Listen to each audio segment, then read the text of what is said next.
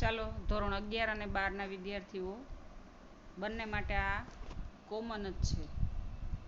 તો આપણે પહેલું લેંગ્વેજ ફંક્શન કરી ગયા, શોવિંગ રિઝલ્ટ અથવા એક્સપ્રેસિંગ રિઝલ્ટ. હવે આપણે બીજું આવેલા છે ટોકિંગ અબાઉટ પીપલ, પ્લેસ અથવા તો thing in relation two something. Relation એટલે સંબંધમાં. વાત કરવી, ટોકિંગ એટલે વાત કરવી કોઈ લોકોની, જગ્યાની અથવા તો વસ્તુની. હવે એ લેંગ્વેજ ફંક્શન છે એ તમારે ઉપયોગમાં આવે છે. તો એમાં કીધું છે કે જ્યારે કોઈ વ્યક્તિ, સ્થળ કે કોઈ વસ્તુ કોઈ ચોક્કસ બાબત સાથેનો સંબંધ રજૂ કરવાનો હોય ત્યારે આ લેંગ્વેજ ફંક્શનનો ઉપયોગ થાય છે. કોઈ ચોક્કસ બાબતનો, કોઈ ચોક્કસ વ્યક્તિનો અથવા તો વસ્તુનો અથવા તો કોઈ સ્થળનો સંબંધ રજૂ કરવાનો હોય તો આગળ તમે વાક્ય જોશો એટલે તમને સમજાઈ જશે. પણ તમારે ખાસ યાદ રાખવાનું આ જ છે. શું છે? તો કે following language items are used to frame this function. અથવા આ સેન્ટેન્સ બનાવવા માટે નીચેના જે વર્ડ છે એ જો વપરાયેલા હોય તો તમારે આ વાક્ય ઓળખી લેવાનું કે ટોકિંગ અબાઉટ પીપલ છે, પ્લેસ છે અથવા તો થિંગ છે. એમાં મેં કીધું હતું શોવિંગ રિઝલ્ટમાં સો ધેટ આવતું હતું, ઇનફ ટુ આવતું હતું, ટુ આવતું હતું, આવું બધું આવતું હતું. તો એવી રીતે આની અંદર પણ શું આવે કે સચ એઝ, એવા જ કે જે, સેમ એજ, એ જ કે જે, અને ઓલમોસ્ટ ધ સેમ, લગભગ એ સમાન. ઓલમોસ્ટ એટલે લગભગ. અને ત્યાર પછી છે લાઇક, અલાઇક અને અનલાઇક. આ ત્રણેય સિમિલર વર્ડ છે, કોઈ ઓપોઝિટ નથી. લાઇક એટલે એના જેવા જ. લાઇક એટલે ગમવું થાય. તમારા બધાના મતમાં પ્રશ્ન થશે કે લાઇક એટલે તો ગમવું થાય, પણ લાઇક એટલે એના જેવા જ પણ થાય. અલાઇક એ શું છે તો કે વર્બ છે અને અનલાઇક પણ વર્બ છે. તો આ ત્રણેય છે એ પણ આ લેંગ્વેજ ફંક્શનમાં ના કી વર્ડ છે અથવા તો શબ્દો છે. પછી સિમિલર ટુ, સિમિલર એટલે સરખા, એના જેવા. અને ડિફર્સ, ડિફર્સ એટલે એનાથી અલગ. અને ડિફર્સ ફ્રોમ એટલે પણ એનાથી અલગ. જો આટલા શબ્દો વપરાયેલા હોય તો તમારે તરત જ કહી દેવાનું કે આમાં ટોકિંગ અબાઉટ પીપલ, પ્લેસ. જો આ જ કીવર્ડ છે એ આગળના લેંગ્વેજ ફંક્શનમાં હતા, સેમ એઝ ને સચ એઝ, પણ શું કામ કે તમારે આમાં વાક્ય સમજવું પડશે. આમાં લોકોની વાત કરવામાં આવી છે, જગ્યાની વાત કરવામાં આવી છે કે પરિણામની વાત કરવામાં આવી છે. જો પરિણામની વાત કરવામાં આવી હોય તો શોવિંગ રિઝલ્ટ આવશે. સમજાઈ ગયું? તો આમાં સેન્ટેન્સ પેટર્ન છે એ આપણે જોઈએ. પેલું છે શું છે તો કે સચ, પછી નાઉન. જો આખું એઝ, કર્તા અને ક્રિયાપદ એવું કીધું છે, બરાબર છે. તો એમાં સેન્ટેન્સ તમે જોવો તો વધારે સમજાશે. શું કહે છે? He brought such a pen as you have. He એ કર્તા છે. હી બ્રોટ, બાયનું પાસ્ટ ફોર્મ શું થયું મિત્રો? બ્રોટ. એ લઈ આવ્યા, ખરીદી લાવ્યા. સચ અ પેન, એવી પેન ખરીદી લાવ્યા કે એઝ યુ હેવ, કે જેવી તારી પાસે છે. કોની વાત કરે છે તો કે પેનની વાત કરે છે. અહીંયા શું છે? ટોકિંગ અબાઉટ થિંગની વાત કરી છે. તો આવી રીતે તમે વાક્ય સમજી ગયા?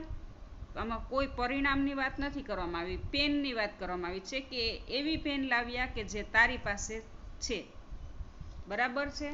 તો એ શું થઈ ગયું આપણું? Such as. ત્યાર પછી છે સચ, પણ નાઉન વિશેષણ વપરાણું હોય. તો કે વાક્ય જોઈએ તો કે I met such a man as you were talking about. હવે આઈ મેટ એ મિત્રો શું છે તો કે મીટ છે એનું ભૂતકાળનું રૂપ છે. મીટ અને મેટ એટલે મળ્યો. એવું કહે છે કે I met such a main, હું એવા માણસને મળ્યો કે as you are talking about, કે જેની તમે વાત કરતા હતા. કોની વાત કરી તો કે ટોકિંગ અબાઉટ પીપલની વાત કરી છે અહીંયા. તો આ સેન્ટેન્સ એવું થશે. વાક્યને પહેલાં મનમાં સમજી લેવાનું, પછી જ રેકોગ્નાઇઝ કરવાનું આવશે. ત્યાર પછી છે શું છે તો કે સેમ એઝનું વાત કરવાની. He has the same pen as you have. He has the same pen, એની પાસે એવી જ પેન છે કે જેવી તારી પાસે છે. આમાં પણ ફરીથી કોની વાત કરવામાં આવી છે? પેનની વાત કરવામાં આવી છે. તો એ શું થશે કે ટોકિંગ અબાઉટ થિંગ.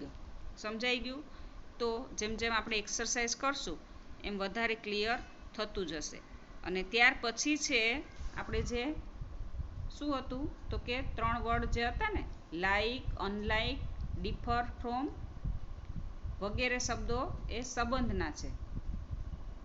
આમાં જો લાઇકનું કહેતી હતી કે લાઇક એટલે ગમવું થાય, પણ શું કહે છે? Like Ajay, Ami is clever. Like Ajay એટલે અજયની જેમ અમી પણ હોશિયાર છે, એવું કીધું છે. અજયની જેમ, એમાં ગમવુંનો કાંઈ મિનિંગ આવતો નથી. તો આ પણ લાઇક અજય કોની વાત કરવામાં આવી છે? Talking about people. તો એવું રેકોગ્નાઇઝ કરવાનું આવે તો અજયની જેમ અમી પણ હોશિયાર છે. ત્યાર પછીનું છે unlike Maya, Kavya is talkative. એટલે અનલાઇક એટલે માયાની જેમ કાવ્યા પણ કેવી છે? ટોકેટિવ છે. ટોકેટિવ એટલે વાતોડિયા કહેવાય. વાતો કરતા હોય ને, આપણે બે વાત કરતા હોય કે આની જેમ આ પણ શું છે? વાતો બહુ કરે છે. તો અનલાઇક અને લાઇક બંને સરખા જ શબ્દો છે. તો કીધું છે કે unlike Maya, Kavya is talkative. કાવ્યા પણ વાતો કરે છે એવું કહી શકાય. તો આ ટોકિંગ અબાઉટ પીપલ થઈ ગયું મિત્રો. જો કેટલાક તમને ઉદાહરણો આપેલા છે, મેં આપ્યા છે અહીંયા,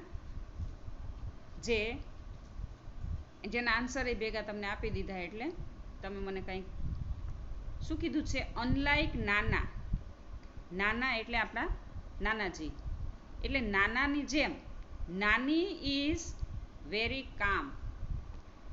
જો કમ્પ્લીટ ધ સેન્ટેન્સ કરવાનું આવે તો ટોકિંગ અબાઉટ અહીંયા શું થઈ ગયું છે? Talking about people.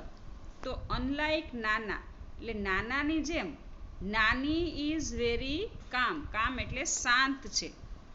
નાનાની જેમ નાની પણ ઘણા શાંત છે એવું કીધું છે. પછીનું બીજું સેન્ટેન્સ છે મિત્રો, mister White was such a main. Mr White એક એવા માણસ છે. પછીનું સેન્ટેન્સ તમારે પૂરું કરવાનું આવે અથવા તો ઓપ્શન સિલેક્ટ કરવાનો આવે કે mister White was such a man as you had, શું કહે છે? As you had earlier. તમે પહેલાં મળ્યા.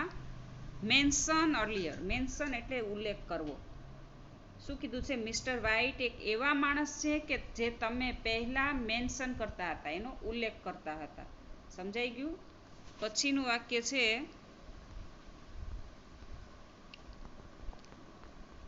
આઈ બોટ ધ સેમ બુક. બાયનું થઈ ગયું, ફરીથી શું થઈ ગયું? બોટ. હું એવી બુક ખરીદી લાવ્યો કે the same, I bought the same book as you have. તારી પાસે જેવી છે એવી જ હું બુક ખરીદી લાવ્યો. આ ક્યુ થઈ ગયું તો કે ટોકિંગ અબાઉટ થિંગ. બુકની વાત કરવામાં આવી છે. સમજાઈ ગયું? ત્યાર પછી છે કે ચોથું, ફૂડ ઓફ ધીસ હોટેલ. હવે આ હોટેલનું ફૂડ કેવું છે? Differ from the welcome hotel. આ હોટલનું ફૂડ છે એ જુદું પડે છે. કઈ હોટલથી? તો કે વેલકમ હોટલથી જુદું પડે છે. ટોકિંગ અબાઉટ કેની વાત કરવામાં આવી છે? હોટેલની વાત કરવામાં આવી છે, એટલે કે થિંગની વાત કરવામાં આવી છે. ત્યાર પછી પાંચમું સેન્ટેન્સ છે કે qualities of Indian product differ from the qualities of the USA products. હવે ક્વોલિટીઝ એટલે ગુણવત્તા મિત્રો. ઇન્ડિયન પ્રોડક્ટની ગુણવત્તા છે એ USAની પ્રોડક્ટની ગુણવત્તા કરતાં જુદી પડે છે. એટલે શું કીધું છે? ગુણવત્તાની વાત કરવામાં આવી છે. ગુણવત્તા એટલે કે ટોકિંગ અબાઉટ થિંગ, કોઈ પણ વસ્તુની વાત કરવામાં આવી છે. તો આ રીતે વાક્યને સમજશો તો જ તમે ઓળખી શકશો. હવે ત્રીજું આપણું છે expressing manner of an action. હવે મેનર એટલે રીત, કાર્ય. જો આપણે ગુજરાતીમાં વ્યાખ્યા વાંચશું તો ખબર પડી જશે કે જ્યારે એક વ્યક્તિ છે બીજી વ્યક્તિની જેમ કોઈ કાર્ય ક્રિયા કરતા હોય ત્યારે તે બાબતને રજૂ કરવા માટે આ લેંગ્વેજ ફંક્શનનો ઉપયોગ થાય છે. અને આમાં છે ફોલોવિંગ લેંગ્વેજ આઇટમ છે, બે જ છે, એઝ અને લાઈક. જો આ બે વસ્તુ આપેલી હોય તો શું તમારે ઓળખવાનું છે કે expressing manner of action. As આપણે જોઈએ છે, ખબર છે, પોઝિટિવ ડિગ્રીમાં વપરાય છે. અને લાઈક એટલે એના જેમ, આપણે આગળ જોયું, પણ વાક્યને સમજશો એટલે તમને ખબર પડી જશે. એઝ કરીએ એટલે Ajay is as clever as Meera, એના જેવો જ હોશિયાર છે એવું કહીએ છીએ ને આપણે. તો આમાં બે જ લેંગ્વેજ ફંક્શન તમારે યાદ રાખવાના છે. શું છે આગળ? તો કે એઝ પ્લસ કર્તા પ્લસ ક્રિયાપદ. He works as I ask. શું કીધું? કે એણે એવું કાર્ય કરે છે કે જેવું હું કહું છું. આસ્ક એટલે કહેવું પણ થાય અને આસ્ક એટલે પૂછવું પણ થાય. સમજાઈ ગયું? તો એના પણ ઉદાહરણો છે એ આપણે જોઈ લઈએ તો વધારે તમને સમજાઈ જશે. નાના સ્પીક્સ એઝ નાની સ્પોક. આ પાઠ આપણે 12મા ધોરણવાળાને નાના અને નાનીવાળો પાઠ આવે છે. એમાં એવું કહે છે નાની અત્યારે હાજર નથી, એ મૃત્યુ પામ્યા છે, એટલે નાની જેવું બોલતા હતા એવું નાના બોલે છે. સમજાઈ ગયું? એની જેમ કાર્ય કરે તો એક્સપ્રેસિંગ મેનર આવશે. બરાબર ઓળખવાનું એઝ છે એટલે. ત્યાર પછી બીજું સેન્ટેન્સ છે કે Mr White ask for wishes as. Mr. White asked for wishes as Mr. Morris had advice. હવે મિસ્ટર આસ્કે શું કહ્યું? એવી વિશ માગી કે જેવું મિસ્ટર મોરિસે એડવાઇસ કર્યું, જેવી સલાહ આપી હતી. આ મંકી સ્પો વાળો 12મા ધોરણમાં પાઠ આવે છે, એના ઉપરથી છે. પાઠ સમજશો ત્યારે ખબર પડશે વધારે. તો આમાં પણ એઝનો ઉપયોગ થયો છે. ત્યાર પછી ત્રીજું સેન્ટેન્સ છે કે Ami drew picture as I taught her. મેં જેવું શીખવ્યું એવું જ અમીએ ડ્રો કર્યું. એઝ. બરાબર. ત્યાર પછી છે કે our school peon works as.